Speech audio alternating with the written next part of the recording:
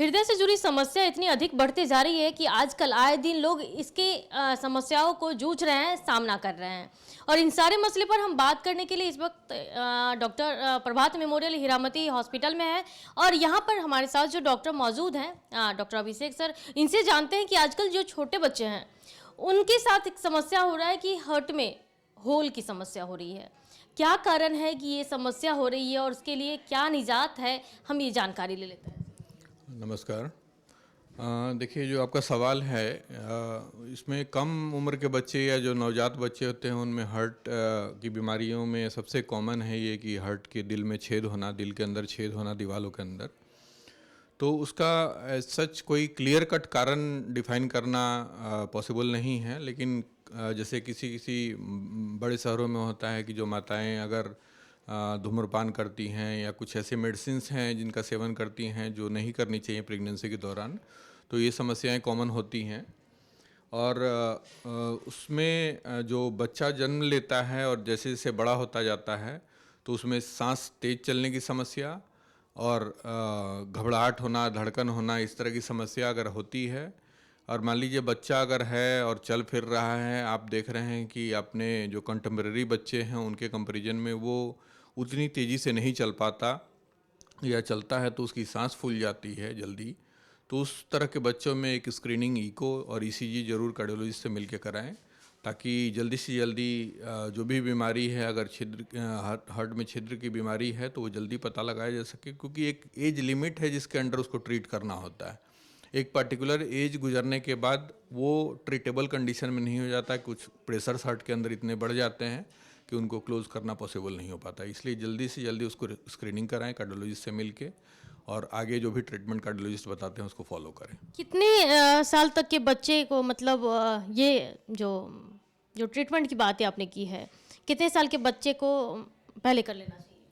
देखिए, इसमें अलग अलग कैटेगरी के बीमारियां होती हैं। जो छिद्र से या दो नलियों के बीच में जुड़ाव जो नॉर्मली नहीं होना चाहिए वो होता है।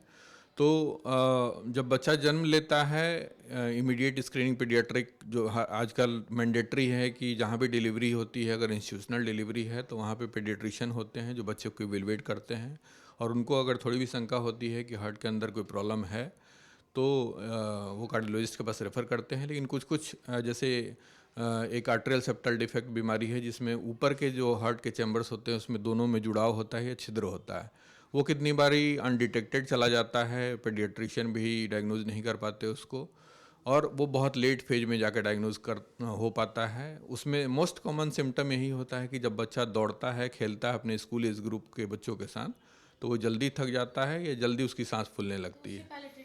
तो उससे कार्डियोलॉजिस्ट से मिलकर स्क्रीनिंग इको कराना चाहिए, इको जरूर कराना चाहिए। और जो भी एडवाइस करते हैं उसका एक पर्टिकुलर एज है, एज क्लियरली डिफाइन करना। जितना बड़ा छेद होगा उतनी जल्दी वो इरिवर्सिबल स्टेज में चला जाएगा जहाँ पे ऑपरेशन नहीं हो सकता, और छोटा छेद होगा तो वो लेट स्टेज तक वैसे ऑपरेबल स्टेज में रहता है। तो हम लोगों को उसको उसी अकॉर्डिंगली जैसे भी बताते हैं, जितनी जल्दी बताते हैं कार्डियोलॉजिस्ट उतनी जल्दी उसको ऑपरेशन के लिए या डिवाइस क्लोजर जो एंजियोप्लास्टी की तरह संभव हो पाता है वो करवाना चाहिए। मैं बहुत देर से देख रही हूँ, काफ़ी पेशेंट आ रहे हैं और जो हार्ट की समस्या से जुड़े हुए हैं वो आ रहे हैं। मैं ये जानना चाहती हूँ, पब्लिक भी ये जानना चाहती है कि कौन से पेशेंट आपके पास बहुत ज़्यादा आ रहे हैं, किस आयु के? देखिए, हमारे यहाँ हर तरह के ग्रुप के पेशेंट्स आते हैं। जैसे आपने जो मुख्य चर्चा की अभी बच्चों के बारे में, वो भी आते हैं। जो यंग या यंग एडल्टहुड जो पेशेंट्स होते हैं जिनमें वाल्व की प्रॉब्लम्स होती हैं, वाल्व में या तो सिकुड़न होना या वाल्व में लीक होना, अभी भी 2-3 पेशेंट्स हमने देखे हैं जिनका इको किया है, जो ऑलमोस्ट ऑपरेबल कैंडिडेट्स हैं अब, जिनकी ऑपरेशन रिक्वायर्ड है और अगले 2-4 महीने में हम उनका ऑपरेशन प्लान करेंगे।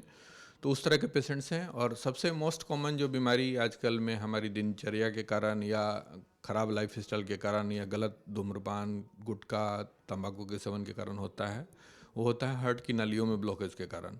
प्रिकॉशन क्या लेना चाहिए? प्रिकॉशन ये है कि आप किसी भी तरह के अनवांटेड जो सब्सटेंसेज हैं, एब्यूजिव सब्सटेंसेज, उससे बचें। उसमें तंबाकू, धूम्रपान ये सब हैं। और बाहर के खाने से बचें।